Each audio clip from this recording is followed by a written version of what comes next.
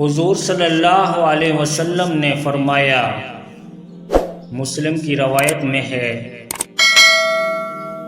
اللہ کے کچھ فاضل فرشتے ہیں جو چکر لگاتے رہتے ہیں اور وہ ذکر کی مجالس تلاش کرتے رہتے ہیں۔ جب وہ ذکر کی کوئی مجلس پا لیتے ہیں تو وہ بھی ان کے ساتھ بیٹھ جاتے ہیں اور اپنے پروں کے ذریعے انہیں گھیر لیتے ہیں، حتیٰ کہ وہ ان ذاکرین کے اور آسمان دنیا کے مابین خلا کو بھر دیتے ہیں۔ جب وہ ذاکرین مجلس سے اٹھ جاتے ہیں تو وہ فرشتے آسمان کی طرف چڑھ جاتے ہیں۔ فرمایا تو اللہ ان سے پوچھتا ہے، حالانکہ وہ ان کے احوال کو جانتا ہے، تم کہاں سے آئے ہو؟ وہ عرض کرتے ہیں، ہم زمین سے تیرے ان بندوں کے پاس سے آئے ہیں جو تیری تسبیح و تکبیر اور تحلیل و تحمید بیان کرتے ہیں اور تجھ سے مانگتے ہیں۔ فرمایا وہ مجھ سے کیا مانگتے ہیں؟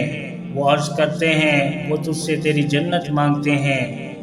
فرمایا کیا انہوں نے میری جنت دیکھی ہے؟ وہ عرض کرتے ہیں، اے رب نہیں۔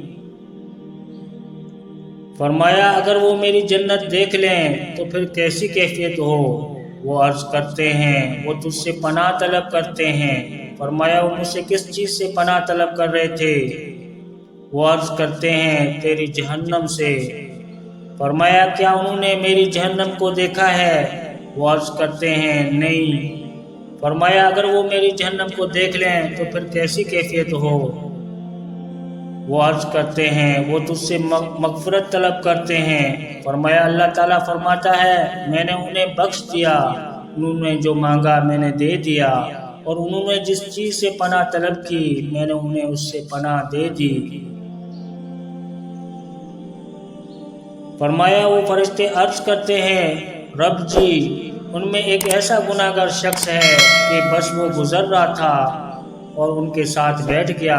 فرمایا اللہ رب العزت کہتے ہیں، میں نے اسے بھی بخش دیا۔ وہ ایسے لوگ ہیں کہ ان کا ہم نشین محروم نہیں رہ سکتا۔